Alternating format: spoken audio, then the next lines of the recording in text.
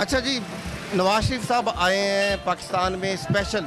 मुल्क में जब महंगाई बहुत अरूज पर है, हालात बहुत ख़राब हैं, लोग बहुत मुश्किल में हैं, क्या मुल्क को नवाज शरीफ बेहतर कर सकेंगे?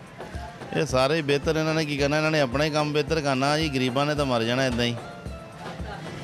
ਗਰੀਬ ਇਦਾਂ ਹੀ ਮਰ ਰਿਹਾ ਮੇਰਾ ਭਰਾ ਰੋਜ਼ ਬਿਜਲੀ ਦੇ ਬਿੱਲ, ਦੁਕਾਨਾਂ ਦੇ ਕਿਰਾਏ, ਘਰ ਦੇ ਕਿਰਾਏ, ਉਦੋਂ ਸਬਜ਼ੀਆਂ ਭੈਣ ਜੋ ਜਿਹੜੀ ਬਈ ਸਬਜ਼ੀ ਉਹ 300 ਰੁਪਏ ਕਿਲੋ ਸਬਜ਼ੀ ਦੇ ਰਹੇ ਅੱਜ ਕੱਲ੍ਹ।